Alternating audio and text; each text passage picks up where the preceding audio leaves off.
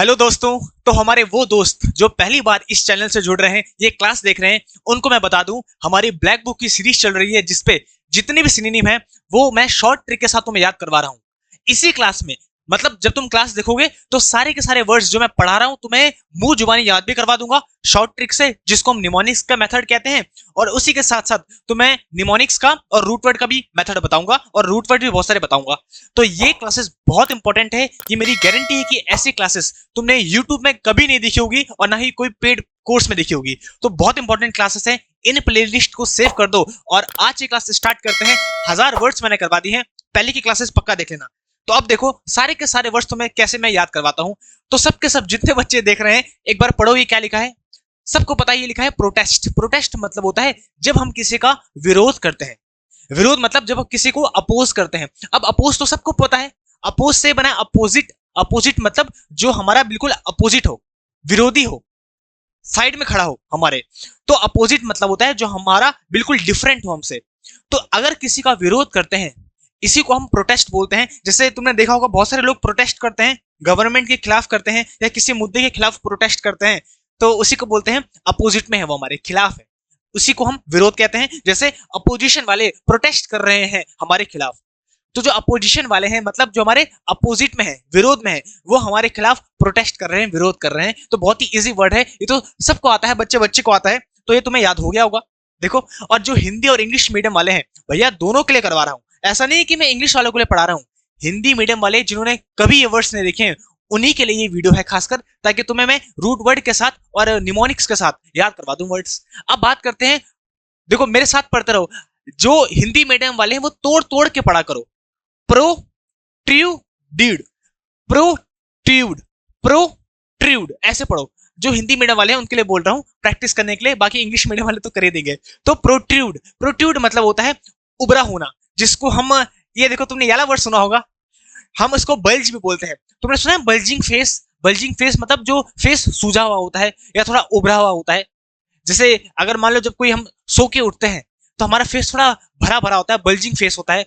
तब तुमने देखा होगा जो सेलिब्रिटी होते हैं वो आइस में अपना चेहरे को डुबाते हैं और तब वो फेस थोड़ा ठीक होता है। तो सैगी फेस जिसको बोलते हैं, तो बल्जिंग मतलब होता है जो उभरा हो। ये तो तुमने पहले पढ़ा है, बल्जिंग फेस तो सबको पता है, लेकिन जो नया वर्ड है वो है प्रोट्रूड। अब देखो प्रोट्रूड को कैसे याद रखोगे, बहुत ही इजी है। देखो अभी याद करवाता हूं, पी को हटा दो, देखो ये क्या लिखा है, रोतरू। क्या लिखा है ये, रोतरू। तो जो रोतरू बच्चा होता है वो मुंह फुला के बैठ जाता है।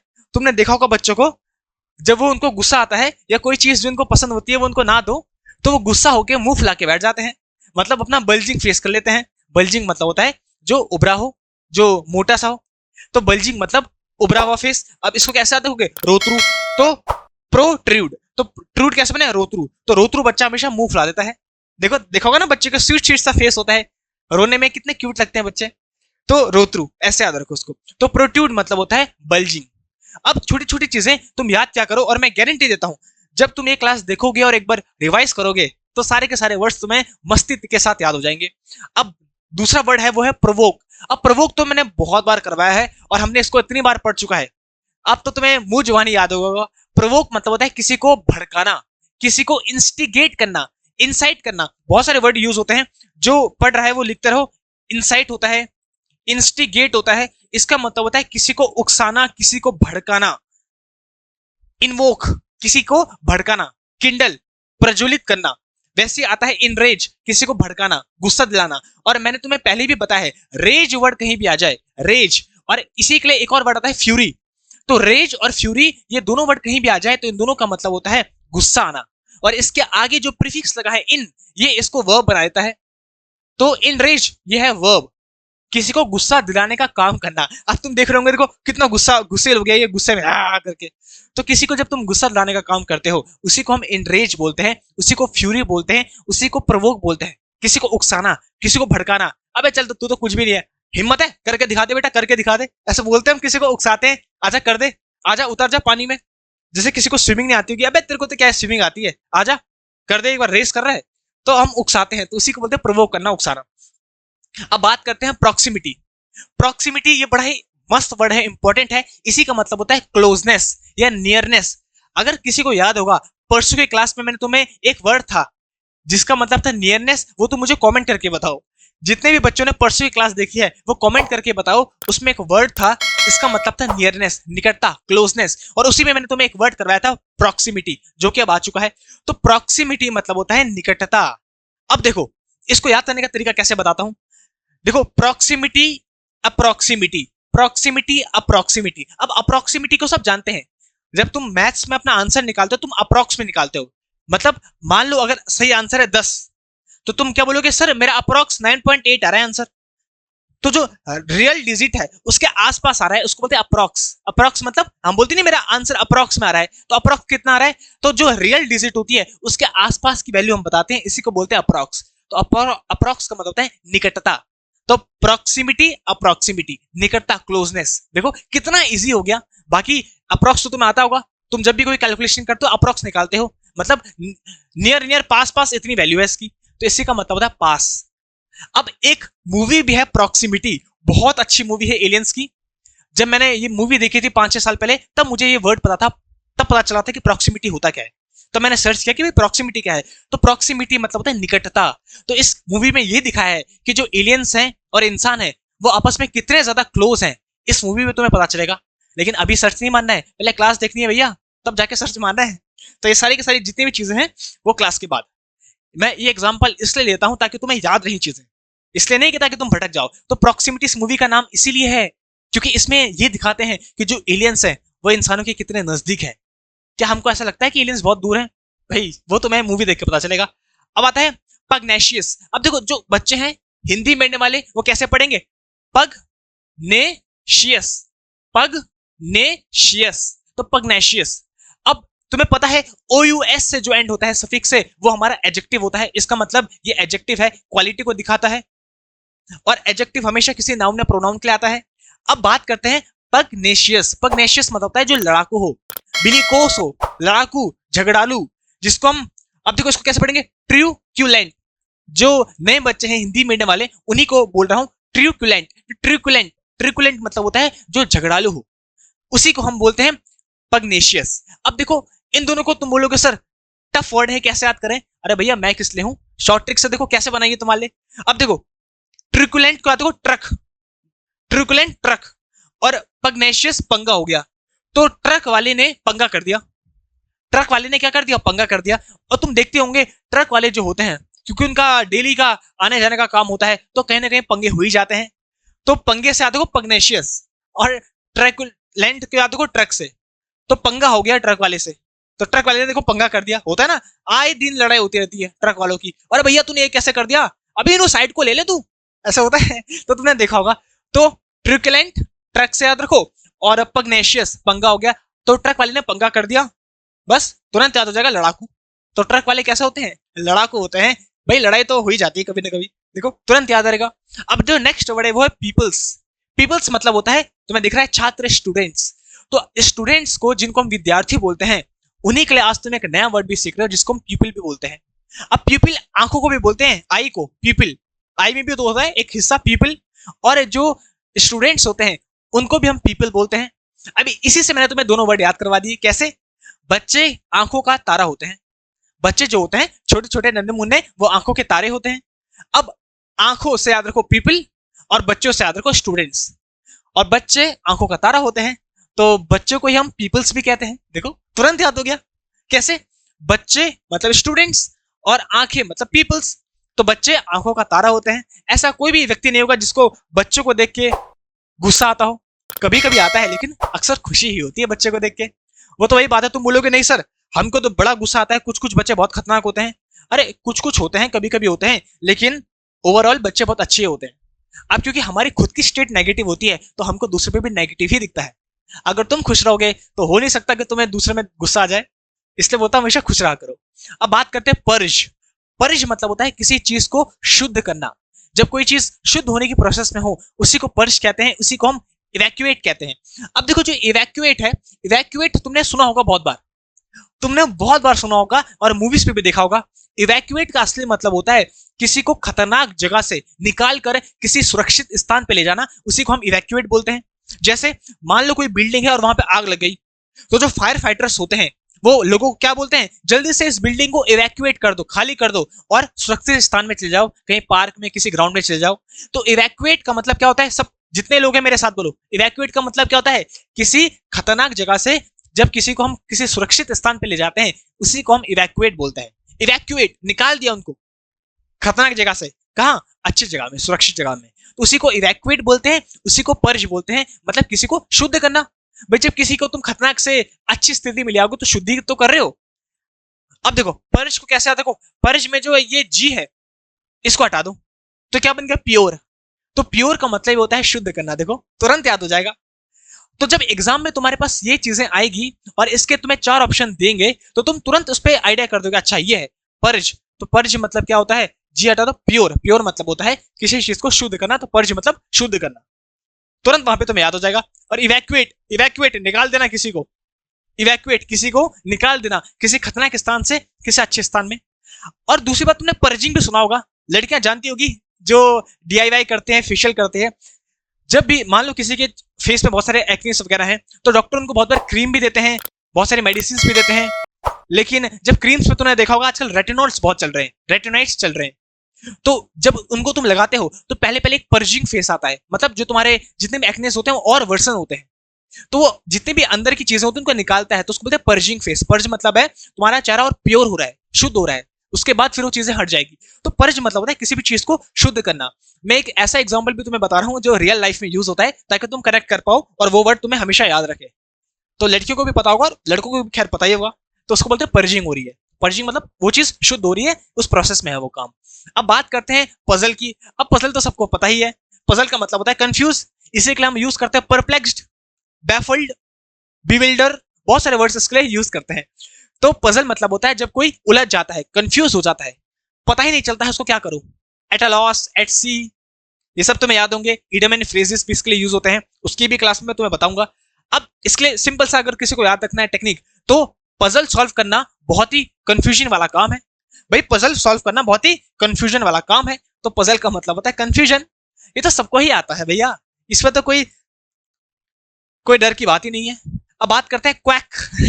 क्वैक, क्वैक मतलब होता है किसी को ठगना, फेक करना, नकली दिखाना, किसी को ठगना, ठगने का काम करना, क्वैक। अब देखो इसकी स्पेलिंग सुनो, QUACK, इसका मतलब है क्वैक, जैसे डक से आवाज है ना क्वैक क्वैक, तो इसका मतलब है ठगना। अब इसको ऐसे याद रखो कि लोग क्वैक क्वैक की आवाज निकालते हैं झूठी झूठी, वो सच नहीं होती है, झूठ होती है भैया। जो क्वैक क्वैक की आवाज तुमने सुनी होगी, जैसे मान लो यहाँ पे तुम्हारे लिए मैंने एक मस्त सा अच्छा सा एक बतख लगाया है, ये असली है कि नकली है, नकली है, लेकिन तुम उसको ऐसे पिचकाओगे तो उससे क्वैक क्वैक की आवाज निकलेगी, तो वो आवाज कैसी है, फेक है, असली बतख की नहीं है। तो जैसे हम क्वैक क्वैक की आवाज सुनते हैं तो वो आवाज जो होती है वो किसी इंस्ट्रूमेंट से निकलती है, वो फेक होती है। तो क्वैक को ऐसा देखो फेक से, बतख क्या करती है क्वैक क्वैक, तो उसको याद रखो फेक से, कि जब भी तुम क्वैक क्वैक की आवाज सुनते हो तो वो फेक होती है, वो असली बतख नहीं होती है। देखो तुम्हें तुरंत ये वर्ड याद हो जाएगा, क्वैक मतलब फेक, ऐसे। अब इसी के जैसा दूसरा वर्ड भी आता है जिसको क्वैक ही पढ़ते हैं, लेकिन उसकी स्पेलिंग अलग होती है। उसकी स्पेलिंग होती है QUAKE, इसकी थी सी, देखो इसमें क्या था, सी, क्वैक। तो इसको कैसे का क्वैक क्वैक, जो डक आवाज निकालती है तो फेक आवाज होती है, असली आवाज नहीं होती है, ठीक है, असली डक नहीं होती है। और ये जो क्वेक है इसका मतलब होता है कांपना, ट्रिम्बल करना, शेक करना। अब इसको याद करवाने के लिए मैंने एक एग्जांपल तुम्हारे लिखा है, सटीक और बिल्कुल गहरा, तुम्हें तुरंत याद हो जाएगा। अर्थ मतलब धरती, क्वैक मतलब होता है कांपना, तो जब धरती कांपती है तो उसी को हम अर्थक्वेक बोलते हैं, बस तुम्हें तुरंत याद हो जाएगा। और ट्रेम्बल भी कांपने को ही बोलते हैं, तो ये भी तुम सबको पता ही है, ट्रेम्बल, ट्रेम्बल मतलब होता है कांपना, बस। तो तुरंत तुम्हें ये वर्ड याद हो गया। जो ऊपर वाला क्वैक था, सी वाला, सी के, उसमें क्या था, वो चीज जो फेक हो, डक क्वैक क्वैक करती है तो वो फेक आवाज होती है, वो इंस्ट्रूमेंट से निकालते हैं, किसी टॉय से निकालते हैं। और ये जो क्वेक है, QUAKE, इस क्वेक का मतलब है कांपना, अर्थक्वेक इसीलिए बोलते हैं। अब तुम्हें अर्थक्वेक की स्पेलिंग सबको पता है, तो इस क्वेक का मतलब भी तुम्हें पता होगा। तो ट्रेम्बलिंग, शेकन, कांपना, इसीलिए इसको अर्थक्वेक बोलते हैं। तो देखो तुम्हें साथ ही साथ रूट वर्ड्स भी पता चलते हैं, तो वोकैबुलरी की क्लास बहुत अच्छी होती है। इससे तुम्हें बहुत सारी जो हम डेली लाइफ में वर्ड यूज करते हैं उनके पीछे का लॉजिक भी तुम्हें पता चलता है कि अच्छा ये वर्ड इसीलिए ऐसा बोलते हैं। अब तुम्हें पता है अर्थ का मतलब है धरती, पृथ्वी, और क्वैक का मतलब है कांपना, इसलिए इसको अर्थक्वेक कहा जाता है। अब बात करते हैं क्वांड्री। अब अगर हम बात करें क्वांड्री की, तो क्वांड्री की हम बोलते हैं डिलेमा, दुविधा, कंफ्यूजन। अब डिलेमा तो सबको पता है यार, मैं दुविधा में हूं। अगर तुम ऐसे टेक्निक से याद रखो, डिलेमा, दुविधा, डिलेमा, दुविधा, तो मैं यार दुविधा में हूं, डिलेमा में हूं कि मैं क्या करूं क्या ना करूं। अच्छा, अगर तुम्हें दूसरी टेक्निक बतानी है तो वो भी बता सकता हूं। ऐसे भी तुम निमोनिक से याद रख सकते हो। डिलेमा तो दिल में माँ है और दिमाग में पिताजी, और मैं कंफ्यूज हूं कि माँ को चुनूं कि पापा को, दिल के सुनो कि दिमाग की।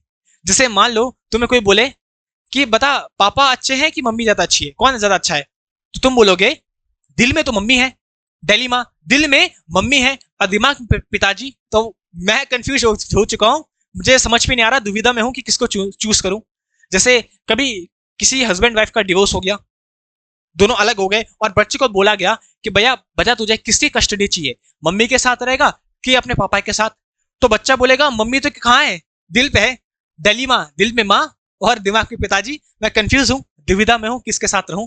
तो डिलेमा को ऐसे याद रखो, दिल में माँ है, दिमाग में पिताजी, और मैं हो गया हूँ कंफ्यूज, डिलेमा में पढ़ चुका हूँ, डिलेमा में पढ़ चुका हूँ कि मैं क्या करूं क्या ना करूं। अच्छा, अब तुम बोलोगे सर ये तो तुरंत याद हो गया, मजा ही आ गया।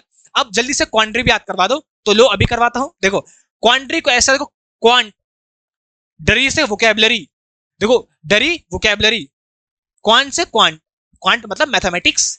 तो मैं मैथमेटिक्स पढ़ूं कि वोकेबलरी पढ़ूं, मुझे बड़ी कंफ्यूजन है, दुविधा में हूं। बच्चे ये तो दुविधा में होते हैं कि यार 2 घंटे हैं सर, इस 2 घंटे में मैं क्वांट्स पढ़ूं, मैथ्स की प्रैक्टिस करूं कि वोकेबलरी पढ़ूं। तो वो बोलते हैं चलो छोड़ो यार क्वांट्स पढ़ते हैं, या कुछ बच्चे बोलते थोड़ो छोड़ो यार वोकेबलरी पढ़ते हैं, आजकल तो मजा आ रहा है अतुल सर करवा रहे हैं कुछ खास। लेकिन ये गलत है। जो दोनों का बैलेंस बनाना सीखता है, एग्जामिनेशन उसी का निकलता है। इसलिए बोलता हूँ दोनों के दोनों इंपॉर्टेंट है, मैथ्स भी इंपॉर्टेंट है और इंग्लिश भी इंपॉर्टेंट है, दोनों पढ़ा करो। और वोकेबलरी तो कितने ज्यादा इंपॉर्टेंट है। लेकिन अब तुम्हारा डर निकल गया होगा, तो क्वांटरी को कैसे रखोगे, क्वांट से क्वांट मैथमेटिक्स और डरी से वोकेबलरी। तो वोकेबलरी पढ़ूं या मैथमेटिक्स, दोनों में कंफ्यूजन है, दुविधा है। तो देखो ये दुविधा को हटाने के लिए मैं तुम्हें इतने आसान तरीके से इंग्लिश पे वोकैब याद करवाता हूं। अब बात करते हैं क्वारंटीन की। तो क्वारंटीन तो अब सबको पता है, सारी दुनिया जानती है क्वारंटीन का मतलब क्या है, आइसोलेशन का मतलब क्या है। क्वारंटीन मतलब जब किसी को हम अलग कर देते हैं, सेपरेट कर देते हैं, आइसोलेट कर देते हैं। जब कोरोना का टाइम आया था तो सबको क्वारंटीन किया गया था, घर में अलग किया गया था, सबको अलग थलग करना, क्वारंटीन करना, एलूफ करना, सेपरेट करना, डिटैच, ये बहुत सारे वर्ड्स इसके लिए यूज हो सकते हैं। आइसोलेट, अगर हम आइसोलेट की बात करें, अच्छा बहुत सारे बच्चे आइसोलेट प्रोटीन भी खाते हैं, है ना। हाँ, तो आइसोलेट जो बना है वो बना है सोलो, आइसोलेट बना है सोलो वर्ड से। सोलो मतलब होता है अकेला, तो किसी को अलग कर देना, अकेला कर देना, उसी सोलो वर्ड से आइसोलेट बना है। और उसी से बना है फिर क्वारंटीन। क्वारंटीन का मतलब भी वही होता है। तुमने देखा होगा कोरोना के टाइम में सबको क्वारंटीन कर दिया था, सबके लिए अलग अलग वार्ड बना दिए थे, क्वारंटीन वार्ड्स, याद होगा तुम्हें। देखो वही शॉर्ट ट्रिक तुम्हारे बनाई है, इसको मस्त तुम पढ़ना और उसके बाद तुरंत उसका याद कर लेना, बाकी या तो तुम्हें ही। मैं बोल रहा हूँ फिर से बार बार, प्रैक्टिस करना बहुत इंपॉर्टेंट है भैया। मैंने तो अपना काम कर लिया है, मैं तो अपना काम कर रहा हूँ, अब उसके बाद प्रैक्टिस। एक बार बस तुम प्रैक्टिस कर लोगे तो उसके बाद तो फिर तुम्हें कोई नहीं रोक पाएगा, उसके बाद तो फिर तुम विजेता हो। इस साल तुम्हारा एग्जाम निकलने से कोई नहीं रोक सकता, बट प्रैक्टिस इंपॉर्टेंट है, प्रैक्टिस कर लेना। अब बात करते हैं क्वारलसम की। अरे क्वारल, क्वारल मतलब होता है लड़ाई, तो क्वारलसम मतलब होता है जब कोई लड़ाई झगड़ा करता है, उसी के लिए क्वारलस यूज होता है। तो चाहे तुम क्वारलस बोलो, चाहे तुम क्वारल बोलो, चाहे तुम क्वारलसम बोलो, तीनों का मतलब एक ही है, लड़ाई करना। तीनों की तीनों का वर्ड का जो है ये है क्वारल। इसकी स्पेलिंग देख लेना, QUARREL, क्वारल। क्वारल मतलब होता है लड़ाई करना। क्वारलसम वो लोग जो लड़ाई करते हैं, क्वारलस वो जो लड़ाई करते हैं। अब इन दोनों को देख लो, अबे तूने मुझे कैसे चिढ़ाया, अबे तेरी तो ये वो, छोड़ तू मुझे, और दोनों की लड़ाई हो गई। तो छोटे में ऐसे हम बहुत लड़ाई करते थे और हमको मजा भी आता था। और कम वक्त हमारे टाइम पे तो WWE का बड़ा क्रेज था, तो हमको तो वही था भैया इसको याली स्मैक दूंगा, गिव अप कर, अभी कर गिव अप। वो बोलता था नहीं मैं जॉन सीना हूं, मैं नेवर गिव अप हूं, मैं कभी गिव अप नहीं करूंगा। तो उसको और करते थे हम, और पकड़ते थे, ले नहीं करेगा गिव अप है। तो ये तो अपने अपना टाइम था। आजकल के बच्चे तो भैया पबजी खेलते हैं या फोन में लगे रहते हैं। अब बात करते हैं क्वारी की। क्वारी मतलब होता है शिकार, विक्टिम। अब देखो तुम सबको पता है, जो किसी भी साजिश का या किसी भी जुर्म का या किसी भी क्राइम का जो शिकार होता है, जो शिकार बनता है, उसी को हम विक्टिम कहते हैं। हम बोलते हैं ना भैया कौन है बताओ, विक्टिम कौन है, मतलब कौन शिकार बना है किसी की बुराई का, किसी के क्राइम का। तो जो शिकार बनता है उसी को हम विक्टिम कहते हैं, सिंपल सी बात है, ये तो सबको ही पता है। अब बात करते हैं क्वारी। क्वारी मतलब भी होता है जो विक्टिम होता है, उसी को हम क्वारी भी बोलते हैं। अब इसको कैसे याद रखो, इस क्वारी को तुम याद रखो क्वारी से। इस क्वेरी का मतलब होता है पूछताछ करना, पूछना, क्वेरी करना। जैसे बोलते नहीं सर मेरा एक क्वेश्चन है, सर मेरी क्वेरी है, क्वेरी मतलब है क्वेश्चन, तो क्वेश्चन पूछना, उसी से याद रखो क्वेरी को। तो पुलिस क्वेरी करती है, क्वेरी से बना इंक्वायरी, पूछताछ करती है, इन्वेस्टिगेट उसी को बोलते हैं। तो इस क्वेरी का मतलब होता है पूछना। तो पुलिस पूछती है किससे? विक्टिम से, कि तुम्हारे साथ क्या क्या हुआ है, जरा बताओ किसने क्या क्या किया। तो पुलिस विक्टिम से क्वेरी करती है, तो विक्टिम को ही क्वेरी बोलते हैं, ऐसे याद रखो। किससे याद रखोगे? क्वेरी से। तो दोनों के दोनों वर्ड याद हो गए। इस क्वेरी का मतलब है पूछताछ करना और इस क्वेरी का मतलब है विक्टिम। तो क्वेरी से क्वेरी की जाती है, ऐसे याद रखो। क्वेरी से क्वेरी की जाती है, विक्टिम से पूछताछ की जाती है, विक्टिम से पूछताछ की जाती है, तो क्वेरी से क्वेरी की जाती है, ऐसे याद रखो। विक्टिम से पूछताछ की जाती है, तो पुलिस विक्टिम से पूछताछ करती है, उसी विक्टिम को हम क्वेरी बोलते हैं। देखो तुरंत हर तरीके से याद करवा रहा हूं ताकि किसी भी बच्चे का एक भी डाउट ना रहे।